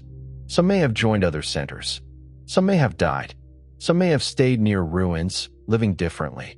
Collapse was experienced locally. The modern term covers many human stories. A mother deciding whether to leave a settlement where her ancestors were buried. A farmer facing another failed rainy season. A noble family losing access to tribute. A scribe with fewer monuments to carve. A young man drawn into war between rival courts. A priest performing rituals with growing anxiety. A ruler watching people drift away from the city that once made him sacred. The forest did not reclaim the cities in a single dramatic wave. It entered slowly. Seeds sprouted in cracks. Roofs decayed. Plaster flaked. Water collected. Animals nested. Trees grew where people had swept floors. Roots widened small openings. Soil gathered. A plaza became a clearing, then forest floor. The city turned into a ruin so gradually that no one moment could contain the transformation. But in memory, we see it as sudden. A pyramid swallowed by jungle. That image is powerful and partly true, but it hides the human choices and slow pressures that made abandonment happen. The post-classic Maya world deserves more attention than it often receives. After the classic crisis, Maya history did not fade into a dark age.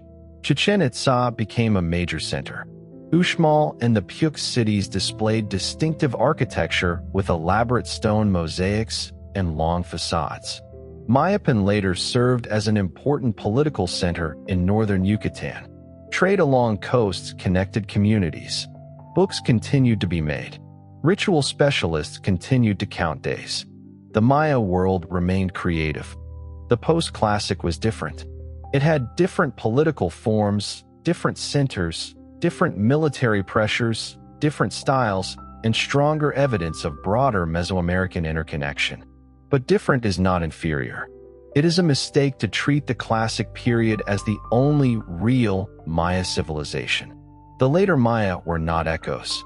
They were historical people in their own right. When the Spanish arrived, they encountered Maya traders, towns, warriors, priests, books, temples, and political communities. Columbus, on his fourth voyage, encountered a large trading canoe carrying goods near the coast of Honduras. This brief meeting revealed a commercial world already in motion before European conquest.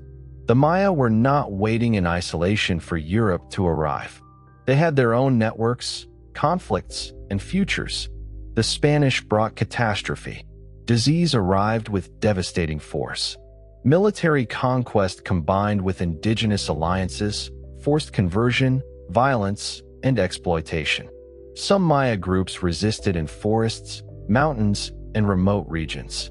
Others negotiated, converted outwardly, preserved older practices privately, or blended traditions in new forms. Survival took many shapes. The burning of books remains one of the great wounds. Imagine a courtyard where manuscripts are gathered. Books made by hands trained over generations. Books carrying counts of days, gods, histories, omens, rituals, tables, and painted knowledge. Fire takes them quickly. A page curls. Pigment blackens. Centuries of thought become smoke. The people watching understand more than the man ordering the burning. They know what is being lost. The colonial destroyer may believe he is saving souls. The people losing their books know he is burning memory. And yet memory moves. Some knowledge passes into oral tradition. Some into alphabetic Maya texts. Some into ritual practice. Some into hidden continuity. Some into Spanish reports despite their bias. Some into stone that had already been carved. Some into the bodies of people who keep planting maize, speaking language, and naming days.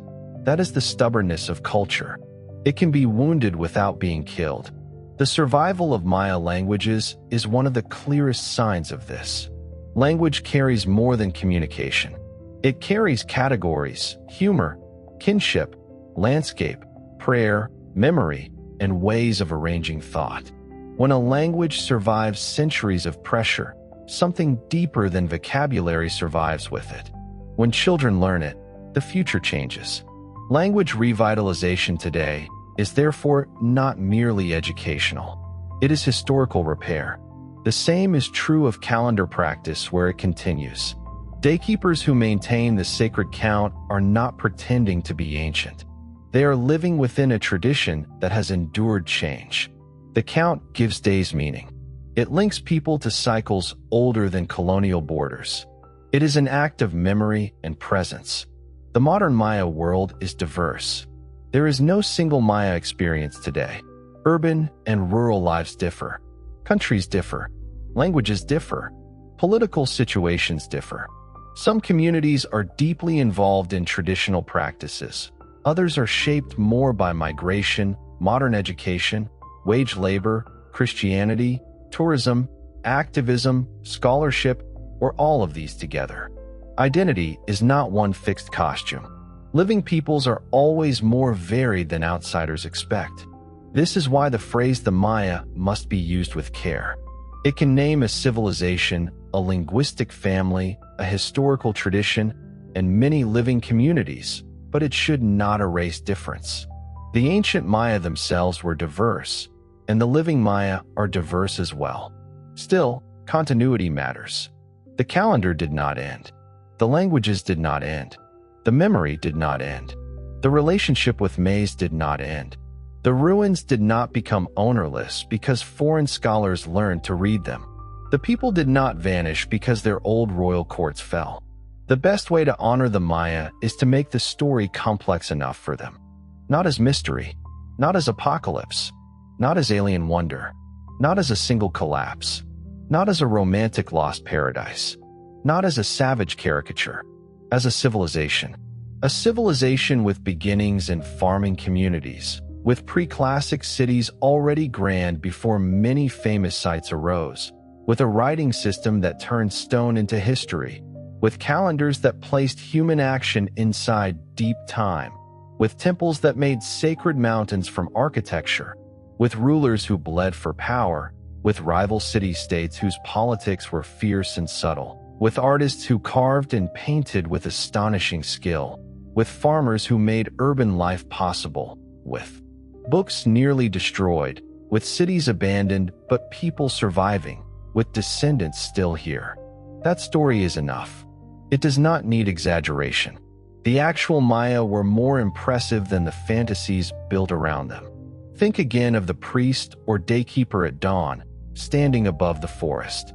He is not predicting the end of the world. He is not waiting for visitors from the stars. He is not part of a vanished race. He is a trained person in a literate, mathematical, agricultural, political, sacred world. He knows that the day has a name. He knows that the sky has cycles. He knows that the ruler's rituals must be timed. He knows that the city's monuments hold ancestors. He knows that maize must grow. He knows that time is not empty. Below him, the city breathes. A mother grinds maize. A scribe prepares pigment. A ruler wakes to obligation. A merchant checks goods. A child looks toward the high temple and wonders when he will be old enough to understand the ceremonies. A farmer watches the sky for signs of rain. A captive sits in fear. A noble thinks of an alliance. A builder looks at a wall that must be repaired. A day begins. The Maya world is not silent when imagined this way. It is full of footsteps, counting, birds, drums, grinding stones, voices, and wind over plaster. It is history, not vanished, changed. There is one more layer to the Maya story, and it belongs to the way modern people rediscovered, misunderstood, and slowly learned to read the ancient world again. When Europeans and later travelers came upon Maya ruins, they often saw them through their own expectations. Some imagined lost tribes from the Bible. Some imagined Egyptians, Phoenicians, Atlanteans, or other outsiders. Some simply could not accept that indigenous peoples of the Americas had built the cities before them. This refusal says less about the Maya than about the limits and prejudices of the observers. The ruins were impressive enough that many outsiders believed they needed an impossible explanation. But the explanation was always there. Human beings built them. Maya architects, laborers, rulers, planners, artists, farmers, engineers, and ritual specialists built them. They built with stone, lime, wood, rope, baskets, tools, mathematics, social organization, memory, and belief. They did not need aliens or lost old world visitors. They needed what every great civilization needs: knowledge, coordination, food, authority, skill, and time. The rediscovery of Maya cities was therefore also a struggle to restore credit. Every deciphered glyph, every mapped causeway, every analyzed reservoir, every identified royal name, every understood calendar calculation returned a piece of achievement to the people who made it. Scholarship, at its best, does not make the Maya more mysterious. It makes them more human, more intelligent, more historical, and more impressive. The decipherment of the writing system is especially important here. Before the glyphs could be read, the ruins looked silent. Afterward, they became crowded with voices. The old idea of anonymous priestly astronomers gave way to named kings, named queens, named captives, named cities, and specific historical events. The Maya were no longer only builders of temples. They were writers of history. This change created a different emotional relationship with the monuments. A temple is impressive when it is anonymous. But when one knows that it was built by or for a particular ruler, after a particular political crisis, in a particular city, within a known dynastic sequence, it becomes more than impressive. It becomes personal. It enters the world of ambition, mourning, legitimacy, and memory. The same is true of a stela. Without reading, it is a beautiful carved stone. With reading, it becomes a voice. It may say that a ruler took power on a certain day, celebrated a period ending, captured an enemy, or tied himself to ancestors. It may be proud, anxious, selective, and political. It may hide as much as it reveals. It becomes recognizably human. Modern technology has added another kind of reading. LiDAR reads the forest from above. It sees what the eye cannot see from the ground. The forest canopy, so dense that a person walking below may pass within meters of an ancient platform without noticing, becomes a veil that light can penetrate. Beneath it appear roads, terraces, walls, waterways, reservoirs, house mounds, defensive earthworks, and city forms. This is a strange reversal. For centuries, people imagined the jungle as the thing that defeated Maya civilization. Now the jungle itself, scanned from above, reveals how extensively the Maya shaped it. The forest was not untouched wilderness around little ceremonial islands. It covered an ancient human landscape of remarkable density. Each new map changes the scale of imagination. A temple is no longer a lonely monument. It is part of a neighborhood. A neighborhood is part of a city. A city is part of a region. A region is part of a political network. The Maya world grows larger not by fantasy, but by evidence. This larger scale makes the collapse more serious, not less. If populations were larger, if landscapes were more intensively managed, if cities were more connected, then the crisis of the classic period involved more people and more pressure than older models imagined. Drought, war, and political failure did not strike small ceremonial settlements. They strained complex urban and agricultural systems. The same evidence also makes Maya success more impressive. To sustain dense populations for centuries in seasonal tropical environments required knowledge. Water had to be captured and stored. Soils had to be used carefully. Forest materials had to be managed. Crops had to be timed. Labor had to be organized. Trade had to connect needs with materials.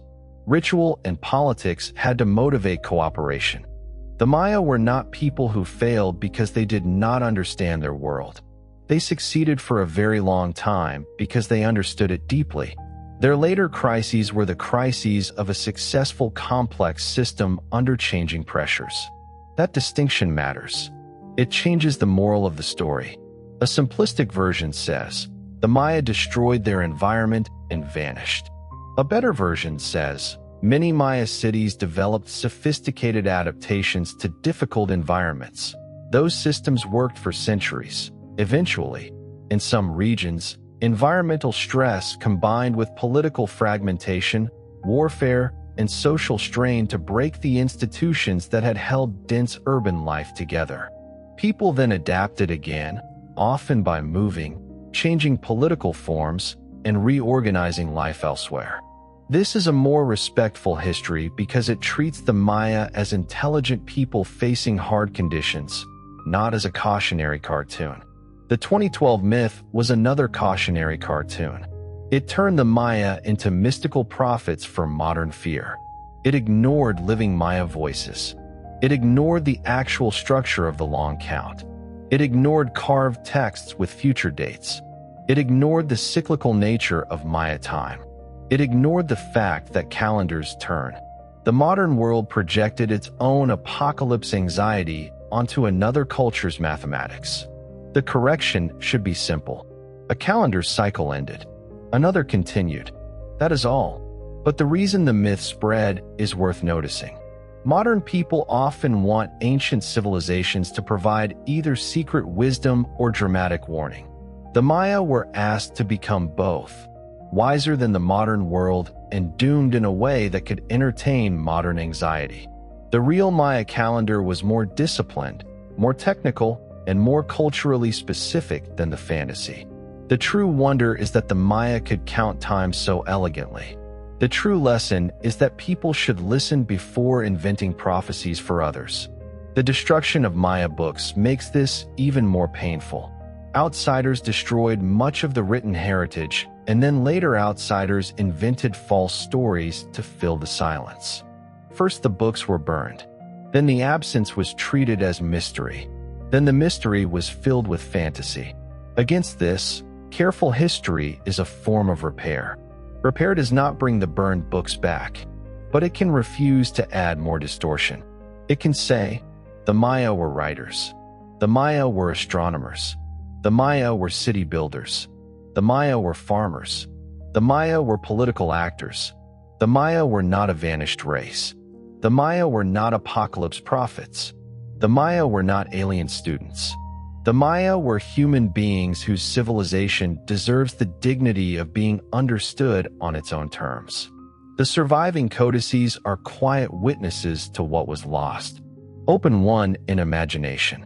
The pages unfold screen by screen. Painted figures stand beside columns of numbers and glyphs. Gods move through cycles. Days are counted. Tables organize celestial appearances. The book is both art and calculation, both sacred object and technical document. It has survived humidity, time, travel, colonial destruction, collecting, museums, and scholarly debate. It is one of the few voices left from a much larger library. To read it is to feel gratitude and grief at the same time. Gratitude that it survived, grief that so much did not. The same feeling comes when looking at a carved monument whose glyphs are damaged. A name is broken. A date is missing. A face is worn away. Enough remains to know that something important was said, but not enough to know all of it. History often feels like this, not darkness, but partial light. The Maya story asks patience from anyone who approaches it. Patience with dates. Patience with languages. Patience with regional difference. Patience with evidence that does not answer every question. Patience with living communities whose relationship to the past cannot be reduced to tourist signs or museum labels. Patience with the fact that a civilization can be both ancient and present. That patience is rewarded. The reward is a world of extraordinary richness. A world where cities rise above forests and forests later cover cities. A world where kings carve their own names into time, and then time erodes the stone. A world where zero is a shell and a tool of deep calculation. A world where maize is food and flesh and godly substance. A world where Venus is watched not casually, but with disciplined intensity. A world where a ball game reaches the underworld. A world where books burn and memory still survives. A world where collapse happens and continuation happens at the same time. The Maya civilization is therefore not best understood through the question, why did they disappear? They did not. A better question is, how did they create so much, lose so much, and still continue? That question leads to a deeper history.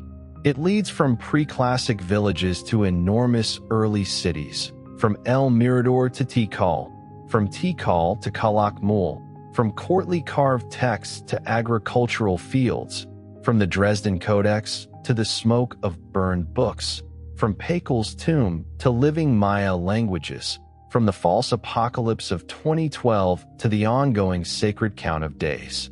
It leads away from mystery as ignorance and toward mystery as depth. The Maya world is deep enough without lies. No false prophecy is needed. No vanished race is needed. No alien builder is needed. No single collapse is needed. The truth has more layers than the fantasy. Think of a child in a classic Maya household watching a ceremony in the plaza. The child may not know the mathematics behind the date, or the political meaning of the captive, or the dynastic importance of the ruler's costume. But the child feels the crowd, hears the drums, smells the incense, sees the temple, and learns that the city belongs to a pattern larger than daily life. Years later, that child may become a farmer, a mother, a warrior, a merchant, a scribe, a ritual specialist, or an elder. The ceremony becomes memory. Memory becomes identity. Civilization continues through such moments, not only through monuments. A carved monument can survive while a memory dies. A spoken story can survive while a building falls. A ritual can change form and still carry an old pulse. A language can hold meanings no ruin can show. A meal can preserve a relationship to maize older than any museum display. This is why the living Maya matter to the ancient Maya story. They remind us that culture is not a stone object from the past. It is a practice carried by people. The ancient temples are magnificent, but they are not the whole inheritance. The inheritance also lives in speech, land, food, weaving, ceremony, and struggle for recognition. The Maya past is therefore not only behind us, it is beside us. It stands in ruins, yes. It sits in books, yes. It appears in museums, research papers, maps, and photographs, yes. But it also speaks in voices that did not vanish. It continues in families, towns, prayers, calendars, and political movements. It continues whenever a Maya person insists that their language, history, and future matter. This makes the final image of the civilization different. Not empty temples beneath stars, though that image is beautiful. Not a vanished world swallowed by jungle, though that image has power. The final image should include both stone and breath. A pyramid above the canopy.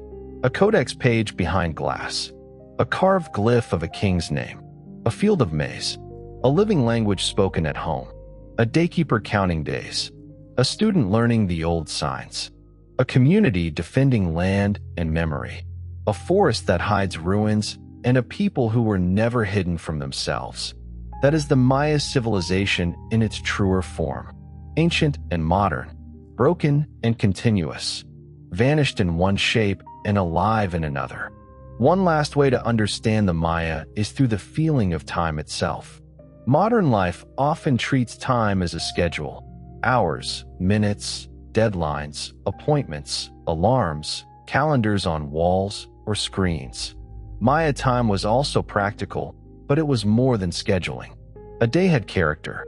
A period ending had ritual weight. A king's life gained meaning from its placement inside larger cycles. A city's history could be tied to creation itself. Time was counted because time was alive. This does not mean every ordinary person understood every calculation carved by royal specialists. Civilizations always contain layers of knowledge. Not every Egyptian read hieroglyphs. Not every medieval Christian understood theology in Latin. Not every modern person understands the astronomy behind the calendar on a phone. But the culture as a whole lived inside the order its specialists maintained. The Maya specialists of time gave society a structure. They knew how cycles returned. They knew how to link days and gods, kings and ancestors, Venus and warfare, memory and prophecy in the older sense of ritual expectation. To count time was to take part in keeping the world intelligible. The calendar was not a superstition pasted onto daily life. It was one of the frameworks through which daily life became meaningful. This is why the false 2012 story was so shallow. It treated the calendar as a secret countdown to destruction. But the real power of Maya timekeeping was not fear of one final day. It was the ability to hold many cycles at once. A sacred day, a solar year, a 52-year return, a long count date stretching across millennia. Human life placed inside an architecture of time so vast that pride itself had to become smaller before it. A ruler might boast on stone, but the date beside his boast reminded everyone that he was only a moment. That is one of the quiet beauties of Maya monuments. They magnify kings and diminish them at the same time. The image says, "This ruler is powerful."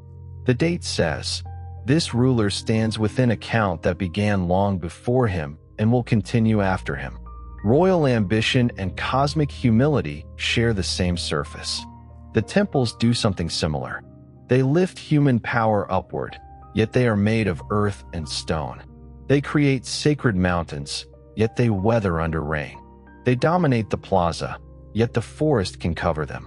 They proclaim permanence, yet their cities can fall silent. Maya architecture is therefore not only about confidence. It is also, when seen across centuries, about the fragility of confidence. Perhaps every great ancient city teaches this eventually. Babylon, Memphis, Nineveh, Tikal, Palenque, Copan, Teotihuacan, Angkor, Rome. Cities built to organize a world become ruins inside a larger world they did not foresee. The stones remain, and the certainties fade. What survives most powerfully is not the ruler's certainty, but the human attempt to make meaning. The Maya attempt was magnificent. They made meaning through maize and star, king and ancestor, number and glyph, temple and cave, blood and rain, book and stone, market and field, city and forest.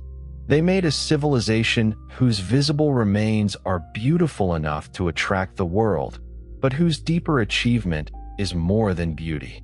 It is a way of arranging knowledge, labor, memory, and sacred obligation into a world people could inhabit. When that arrangement broke in one region, the people did not cease. They carried what could be carried. A carved monument cannot walk away from an abandoned plaza. A language can. A ritual can change and travel. A crop can be planted in another place. A story can be retold under a different roof. A calendar can be counted by a specialist whose ancestors survived conquest. This is why living culture can outlast stone. Stone seems stronger than breath. History often proves the opposite. Breath moves. Breath teaches. Breath hides when necessary and returns when possible. Breath becomes song, prayer, story, argument, lullaby, instruction, and name. The Maya past survived not only because stone resisted weather, but because people kept breathing it forward.